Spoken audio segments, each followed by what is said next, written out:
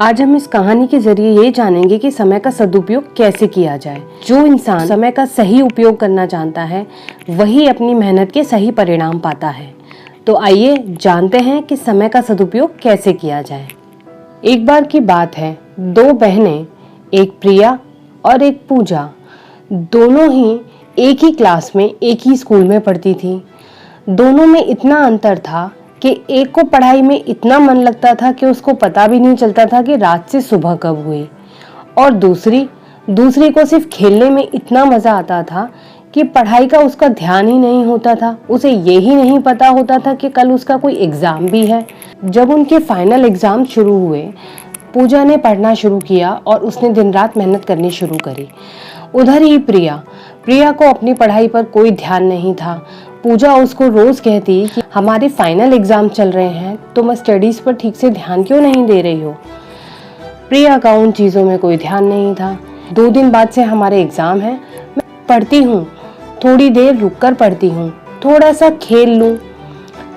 पूजा ने कहा, खेलना तुम बाद में, तुम पढ़ सकती हो। उसने कहा, नहीं, अभी तो बहुत टाइम है दीदी, अभी तो बहुत टाइम है, बहुत समय है, थोड़ी देर में पढ़ूंगी। पूजा प्रिया की बात सुनकर चुपचाप अपने कमरे में चली गई और पढ़ने लगी।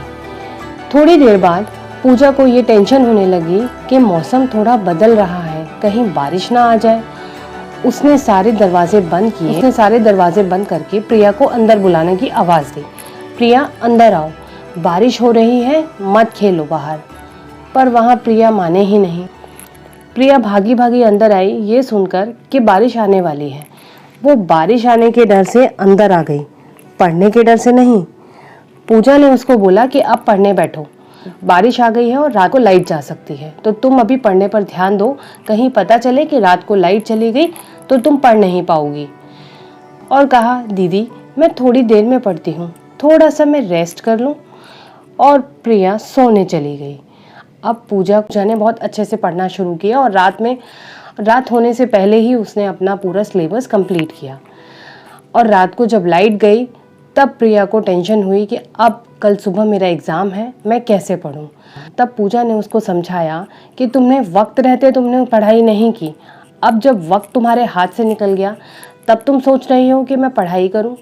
तुम्हारे हाथ से समय निकल चुका है, अब तुम खुद सोचो कि तुम कब पढ़ाई करोगी और तुम एग्ज़ाम में क्या लिखोगी। प्रिया यही सोचती रही कि अब मैं सुबह ही पढ़ूंगी। प्रिया सोचते सोचते सो गई। प्रिया सुबह उठी तो स्कूल का टाइम हो चुका था। तब पूजा ने उसको समझाया कि तुम चिंता मत करो, मैंने शाम तक अपना पूरा सिलेबस कंप्लीट कर दिया है, मैं तुम्हें अच्छे से पढ़ा दूंगी। अगर प्रिया समय पर पढ़ाई करती और समय का प्रयोग अच्छे से करती तो इतनी चिंता नहीं करनी पड़ती। इस कहानी का सार ये है कि जो समय का करे सम्मान वही कहलाए महान। तो इसीलिए समय का प्रयोग, समय का सदुपयोग करिए। समय हाथ से निकल जाए तो आपको फिर कुछ नहीं मिलने वाला। तो समय हाथ से निकल जाए तो अफसोस ही महसूस होता है। इसीलिए जो काम आपको आज करना है उसको कल पर मत टालिए। कहानी अच्छी लगे तो please like, share and subscribe ज़रूर करिएगा। Thank you.